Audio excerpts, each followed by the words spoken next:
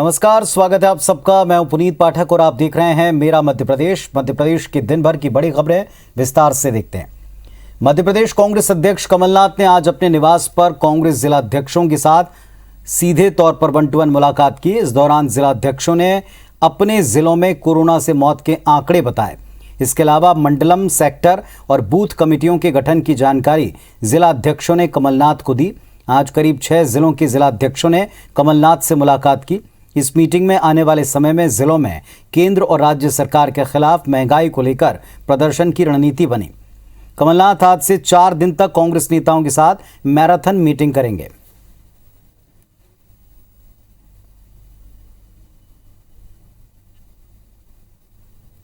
वास्तविक रिकॉर्ड जो है, जो मरने वालों की संख्या है, वो लगभग कटनी में जो हम लोगों ने सूची सौंपा है वो 400 लोगों की है। जो गैस हमारे कांग्रेस के शासन में 400 रुपए थी, आज वो 800-900 रुपया है। डबल रेट इनने हर चीज का कर दिया है। खाने वाला तेल 200। आंदोलन करेंगे हम लोग, बिल्कुल रोड पे आकर के संघर्ष करेंगे। संगठन को मजबूत बनाने के निर्देश दिए गए थे कि मंडलम और सेक्टर कमेटियां बनानी है और बूथ कमेटियां बनानी है, ताकि आगामी 2023 का जो विधानसभा चुनाव है उसमें हम पूरी ताकत के साथ जनता के बीच में जा सके। इसके अलावा नगरीय निकाय चुनाव की जो तैयारियां होनी है उसके बारे में हम लोगों ने संगठनात्मक चर्चा की है। हमारे सहयोगी सुधीर हमारे साथ में जुड़ रहे हैं भोपाल से। सुधीर, जिस तरह की तैयारी दिख रही है, नेता खुलकर बोल रहे हैं 2023 की तैयारी, लेकिन इसके पहले भी यहाँ उपचुनाव भी होने हैं, निकाय चुनाव भी होने हैं। ये सारी तैयारी, ये सारी कवायद उससे जोड़कर भी देखी जा रही होगी। देखिए, बिल्कुल पुनीत, अगर बात कही जाए तो सत्ता का सेमीफाइनल आने वाले जो उपचुनाव है और नगरीय निकाय के चुनाव है वो मध्य प्रदेश के अंदर माने जा रहे हैं। मध्य प्रदेश सरकार के कामकाज पर जनता मोहर लगाती है या नहीं लगाती है, लिटमस टेस्ट के तौर पर इन चुनावों को देखा जाएगा, या फिर विपक्ष के जो आक्रामक तेवर है, कमलनाथ की जो स्वीकारता थी, उसको स्वीकार किया जाएगा। और ये तैयारियां जो कांग्रेस के अंदर चल रही है, ये निश्चित तौर पर इसी बात को लेकर चल रही है। टारगेट 2023 है, पर लेकिन उससे पहले जो चुनाव के अंदर परीक्षा होनी है, इन तमाम बिंदुओं को लेकर बैठकों का दौर शुरू हुआ है। पूर्व मुख्यमंत्री कमलनाथ ने दिल्ली के अंदर बड़े नेताओं से चर्चा की थी और उसके बाद से कई तरीके के कयास लगाए जा रहे थे कि कमलनाथ को क्या जिम्मेदारी प्रदेश के अंदर और दिल्ली के अंदर मिलती है। पर लेकिन कमलनाथ ने इस बात को बिल्कुल स्पष्ट किया था कि वो मध्य प्रदेश में रहना चाहते हैं और कोई भी जिम्मेदारी उनको अगर मिलती है तो वो मध्य प्रदेश को बिल्कुल नहीं छोड़ेंगे। लिहाजा 2023 की तैयारियां अभी से शुरू की गई हैं और कांग्रेस के अंदर सभी नेता इस बात को स्वीकार कर चुके हैं कि अगला मुख्यमंत्री का चेहरा भी मध्य प्रदेश के अंदर कांग्रेस का कमलनाथ होंगे। लिहाजा आज से जो बैठकों का दौर शुरू हुआ है, ये साल 2023 के जो विधानसभा के चुनाव होने हैं उसकी जमीन तैयार करने के लिए कांग्रेस की बैठकों का दौर है। लिहाजा ये माना जा रहा है कि आने वाले समय में खंडवा लोकसभा की बात हो या फिर मध्य प्रदेश के अंदर जिन 3 सीटों पर उपचुनाव होने हैं, जिनमें रैगांव, निवाड़ी और जोबट शामिल है, वहां पर चुनावी रणनीति की बात हो या नगरीय निकाय चुनाव की तैयारियों की बात हो, इन तमाम बिंदुओं को लेकर कांग्रेस जो है अपनी जमावट में जुट गई है। लिहाजा आज कमलनाथ ने कई बड़े नेताओं से मुलाकात की। इसके अलावा मध्य प्रदेश के अंदर साल 2023 की तैयारी करनी है पुनीत, ये एक सबसे बड़ी बात है। कांग्रेस को लगता है कि बिल्कुल सही मौका है जनता के बीच में जाने का और सरकार की नाकामियों को गिनाने का। लिहाजा महंगाई का एक बड़ा मुद्दा है। इसके अलावा कोरोना काल में जो आंकड़ों को लेकर कांग्रेस आरोप लगाती रही है, उसको लेकर भी कांग्रेस ने अपने जिलाध्यक्षों से ब्यौरा बुलाया है। आज जो जिलाध्यक्ष मिले थे वो अपने जिले के आंकड़े लेकर आए थे कि उनके जिले में सरकारें जो आंकड़े मौत के बताए गए हैं और वास्तविकता में कांग्रेस के कार्यकर्ताओं के द्वारा जो आंकड़े इकट्ठा किए गए हैं उनके अंदर कितना अंतर है। इन तमाम बिंदुओं को लेकर भी जनता के बीच जाने की तैयारी है। मध्य प्रदेश में पिछले 1 हफ्ते से लगातार हम देख रहे हैं कि महंगाई को लेकर कांग्रेस अलग अलग जगहों पर प्रदर्शन कर रही है। ऐसे में बढ़ते हुए पेट्रोल डीजल की दाम की हो या फिर रसोई गैस के बड़े सिलेंडरों के दामों, महंगाई को लेकर भी कांग्रेस पूरे प्रदेश में एक माहौल बनाने की कोशिश है जिससे कि सरकार के खिलाफ कोई माहौल बने। और इन बैठकों के दौरान न केवल ये पूरे एक रणनीति तैयार की जाएगी, कांग्रेस के कार्यक्रम तैयार किए जाएंगे, बल्कि इन कार्यक्रमों को लेकर किस नेता को कहां पर प्रभार देना है ये जिम्मेदारी भी तय की जानी है। आज जो बैठक थी उनमें कई जिले के जिलाध्यक्षों को बुलाया गया था। लिहाजा ये माना जा रहा है कि जो बड़ी बैठकें हैं वो लगभग 27-28 जुलाई के आसपास होंगी, जब तक कमलनाथ इसी तरीके से फीडबैक लेते रहेंगे और बैठकों का यह सिलसिला कांग्रेस में अब लगातार जारी रहेगा। पुनीत, सुधीर, आप हमारे साथ में बने रहिए। एक और खबर दर्शकों तक पहुंचाते हैं, फिर इसके बाद इसका डिटेल लेंगे। ये खबर जुड़ी है सरकार के एक्शन से। भोपाल से बड़ी खबर, सीएम शिवराज ने निर्देश दिए हैं स्कूल खोलने पर क्राइसिस मैनेजमेंट कमेटियां ही फैसला करें। जिन जिलों में कोरोना का एक भी केस नहीं, वहां स्कूल खोल सकते हैं। बच्चों के स्कूल आने के लिए पालकों की सहमति लेना बहुत जरूरी होगा। मध्य प्रदेश में अब रात को 11 बजे तक रेस्टोरेंट खुल सकते हैं। सीएम शिवराज ने कोरोना की समीक्षा बैठक में इस बाबत निर्देश दिए हैं। तो स्कूल खोलने को लेकर भी एक निर्देश साफ तौर पर कि क्राइसिस मैनेजमेंट ग्रुप जो है वही स्कूल खोलने का अपने इलाके में फैसला करें। सुधीर हमारे साथ में जुड़े हैं। सुधीर, ये एक बड़ा कदम हो सकता है, यानी आने वाले समय में स्कूल खोलने के निर्देश, उसके आदेश आ सकते हैं? देखिए, बिल्कुल पूरे प्रदेश भर में प्राइवेट स्कूल के जो संचालक थे वो हड़ताल पर गए थे। हालांकि सरकार के आश्वासन के बाद में हड़ताल तो नहीं हो पाई थी और दो फाड़ भी संकट नजर आए थे, पर लेकिन लंबे समय तक स्कूल के अंदर जो पढ़ाई होनी है उसको लेकर असमंजस की स्थिति थी। लिहाजा मुख्यमंत्री शिवराज सिंह चौहान ने पिछले 3 दिन पहले इस बात के निर्देश दिए थे कि 26 जुलाई से मध्य प्रदेश के अंदर स्कूलों को खोला जा सकता है। सरकार की प्राथमिकता है कि पिछले 2 साल से पढ़ाई का जो नुकसान हुआ है, लिहाजा उस पढ़ाई के नुकसान के मद्देनजर कम से कम बड़ी कक्षाओं की क्लास जो है वो लगाई जाए और ऐसे में 26 तारीख से जो स्कूल खुलने हैं उसको लेकर आज मुख्यमंत्री शिवराज सिंह चौहान ने कई निर्देश जारी किए हैं। कोरोना की समीक्षा मुख्यमंत्री कर रहे थे, उस दौरान यह तय किया गया कि जिले की स्थिति के आधार पर क्राइसिस मैनेजमेंट की जो कमेटियां बनाई गई हैं उनको यह निर्णय लेना है कि उनके जिले में स्कूल खोले जाएं या ना खोले जाएं। साथ ही साथ विधायक, जनप्रतिनिधियों की राय जरूरी रहेगी। स्कूल के जो संचालक हैं उनसे भी राय शुमारी की जाएगी, पर बिना अभिभावक की मंजूरी के कोई भी बच्चा स्कूल नहीं जाएगा। ये निर्देश भी मुख्यमंत्री के द्वारा दिए गए हैं।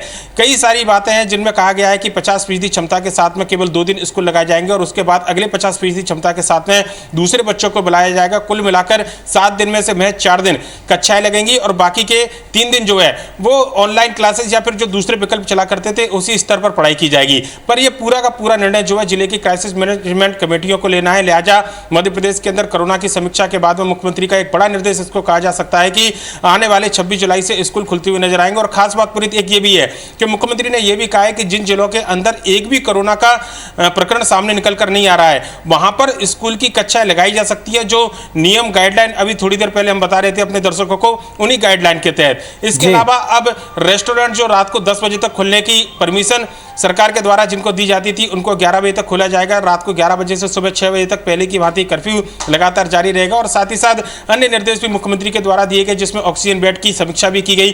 30 सितंबर तक ऑक्सीजन के सभी प्लांट लगाने के भी निर्देश मुख्यमंत्री ने दिए हैं। पर बड़ी खबर स्कूल को लेकर कि मुख्यमंत्री शिवराज सिंह चौहान ने जिले की क्राइसिस मैनेजमेंट की कमेटियों को यह अधिकार दिए हैं कि उनके जिले में स्कूल खोले जाएं या ना खोले जाएं। पुनीत, चलिए, बहुत शुक्रिया सुधीर आपका इस पूरे डिटेल के लिए, पूरे अपडेट के लिए।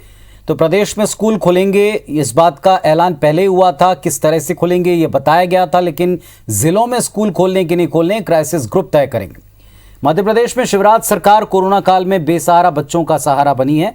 मुख्यमंत्री शिवराज ने मुख्यमंत्री कोविड-19 बाल सेवा योजना के तहत ऐसे बच्चों के खाते में सहायता राशि ट्रांसफर करनी शुरू कर दी है जहां जो इसके प्रभावित थे। सिंगल क्लिक के जरिए 328 बाल हितग्राहियों को 5,000 रुपये मासिक आर्थिक सहायता और स्पॉन्सरशिप योजना के तहत 223 हितग्राहियों को 2,000 रुपये की मासिक सहायता राशि ट्रांसफर की है। उन्होंने कोविड काल में अपने माता पिता को खो चुके बच्चों से वर्चुअल संवाद किया। दरअसल कोरोना के चलते कई बच्चों के सिर से माता पिता का साया उठ गया है। सरकार ने ऐसे बच्चों की जिम्मेदारी उठाने के लिए मुख्यमंत्री कोविड-19 बाल सेवा योजना शुरू की। इसमें कोरोना से अनाथ हुए बच्चों को प्रति महीने 5,000 रुपये आर्थिक सहायता के साथ निःशुल्क शिक्षा, निःशुल्क राशन के साथ सुरक्षित आवासीय सुविधा भी उपलब्ध कराई जाएगी।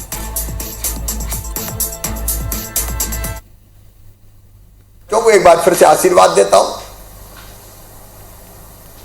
उनके अभिभावकों को धन्यवाद देता हूं कि वो उनकी चिंता कर रहे हैं और ये विश्वास व्यक्त करता हूं कि हम सबके परिश्रम के कारण ये बच्चे न केवल खुद के बेहतर भविष्य का निर्माण करेंगे बल्कि देश और समाज की भी सेवा करके और नाम कमाएंगे।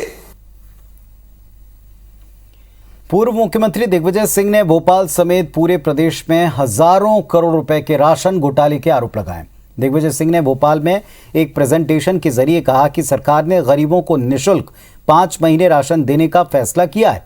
उसमें गरीबों को या तो राशन दिया जा ही नहीं रहा या फिर कम मिल रहा है, जबकि पोर्टल पर राशन पूरा का पूरा दर्ज हो रहा है।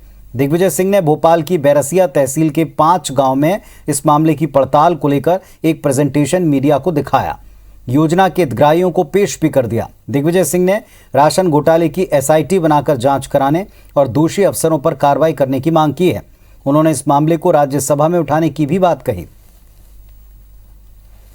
इसके लिए स्पेशल इन्वेस्टिगेटिव टीम बनाई जाए और उसको ये काम सौंपा जाए और खाद्य विभाग के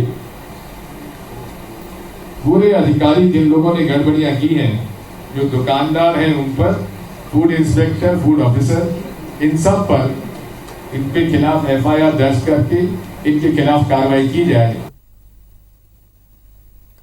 आगामी नगरीय निकाय चुनाव में मेयर और अध्यक्ष के चुनाव अप्रत्यक्ष प्रणाली से होंगे। इस पर बीजेपी विधायक नारायण त्रिपाठी ने पार्टी लाइन से अलग हटकर अपनी राय रखी। उन्होंने मेयर और अध्यक्ष के चुनाव अप्रत्यक्ष पद्धति से कराने को गलत बताया। जबलपुर में मीडिया से बातचीत में कहा कि नगरीय निकाय के चुनाव अहम होते हैं, ऐसे में महापौर और अध्यक्ष के चुनाव प्रत्यक्ष प्रणाली से ही करवाए जाने चाहिए। ये चुनाव डायरेक्ट पद्धति से होना चाहिए, आम जनता से होना चाहिए। ये बहुत बड़ा चुनाव कहलाता है। पंचायत का चुनाव सबसे बड़ा चुनाव है और इसके बाद नगर पंचायत, नगर पालिका, नगर निगम, इसको डायरेक्ट जनता के द्वारा चुनाव कराना चाहिए। मध्य प्रदेश में कांग्रेस के सीनियर विधायक लक्ष्मण सिंह ने कहा कि कमलनाथ ही हमारे अध्यक्ष हैं और रहेंगे। वो मुख्यमंत्री का चेहरा भी हैं और अगले मुख्यमंत्री कमलनाथ ही बनेंगे। जयवर्धन सिंह को कार्यकारी अध्यक्ष बनाने के कल दिए गए बयान के सवाल को उन्होंने टाल दिया। उन्होंने कहा कि इस बारे में कमलनाथ ही बताएंगे। हमारे अध्यक्ष कमलनाथ जी हैं, रहेंगे। मुख्यमंत्री का चेहरा कमलनाथ जी हैं, रहेंगे। अगले मुख्यमंत्री भी कमलनाथ जी बनेंगे। कार्यकारी अध्यक्ष को लेकर कुछ जो सुझाव अब ये कमलनाथ जी बताएंगे। प्रभारी मंत्री बनने के बाद प्रदेश के उच्च शिक्षा विभाग के मंत्री डॉक्टर मोहन यादव पहली बार डिंडौरी पहुंचे, जहां उन्होंने कांग्रेसियों के विरोध का सामना किया। मॉडल कॉलेज भवन का लोकार्पण करने के बाद प्रभारी मंत्री का काफिला लौट रहा था और उसी वक्त डिंडौरी विधायक और पूर्व मंत्री ओमकार मरकाम ने काफिले को रोकने की कोशिश की, लेकिन पुलिस ने सख्ती दिखाते हुए पूर्व मंत्री ओमकार मरकाम को वहां से हटा दिया। विरोध के कुछ घंटे बाद ही पूर्व मंत्री और प्रभारी मंत्री गले मिलते भी नजर आ गए। भूमि पूजन कर रहा मेरे क्षेत्र में, मुझे भी तो बात जानकारी होना चाहिए।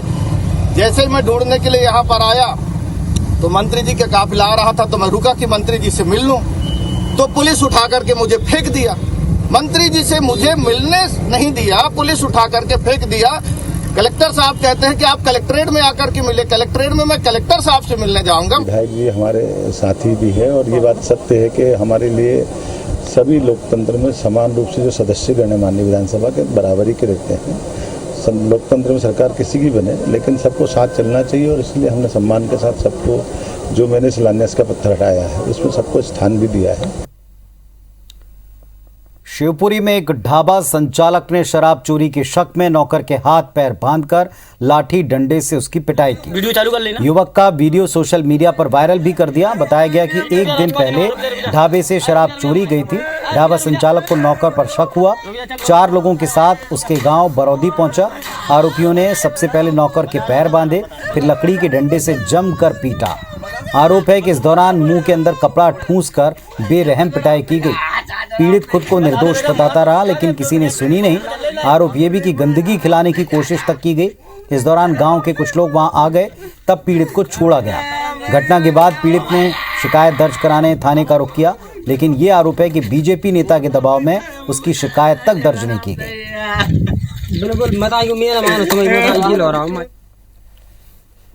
कुछ दिनों से सोशल मीडिया पर चौपाटी बाजार में कोने में पढ़ाई करते बच्चे का वीडियो वायरल हो रहा था। बच्चे से मिलने IBC 24 की टीम जब मौके पर पहुंची तो बच्चा खान पान के लिए मशहूर 56 दुकान के कोने में कुर्सी पर पढ़ता मिला।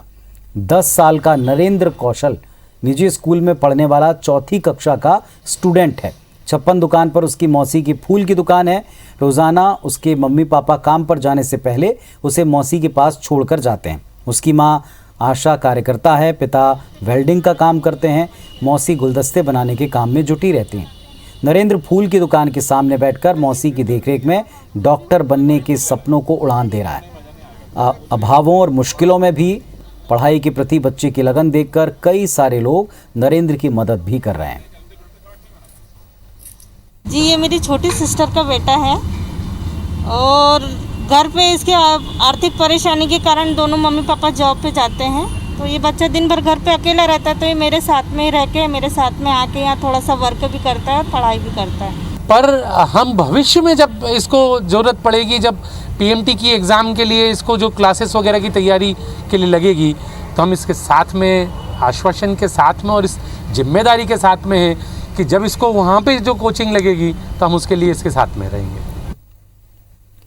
कोरोना और लॉकडाउन को लेकर फेक और पुरानी खबरों की जैसे बाढ़ से आ गई चेतावनी के बावजूद लगातार सोशल मीडिया पर फर्जी खबरों का प्रसार किया जा रहा है। इसी बीच छत्तीसगढ़ में सोशल मीडिया पर कई शहरों में लॉकडाउन की खबरें वायरल की जा रही हैं।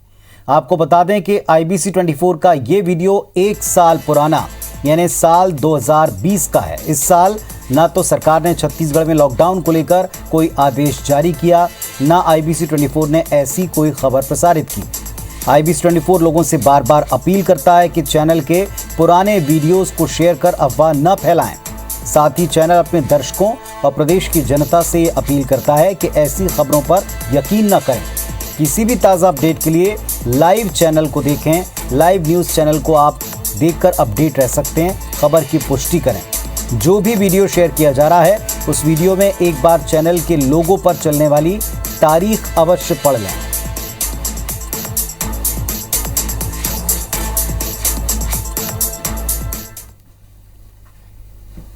तो इस बुलेटिन में फिलहाल इतना ही। खबर अपडेट्स के लिए आप देखते रहें IBC 24। नमस्कार।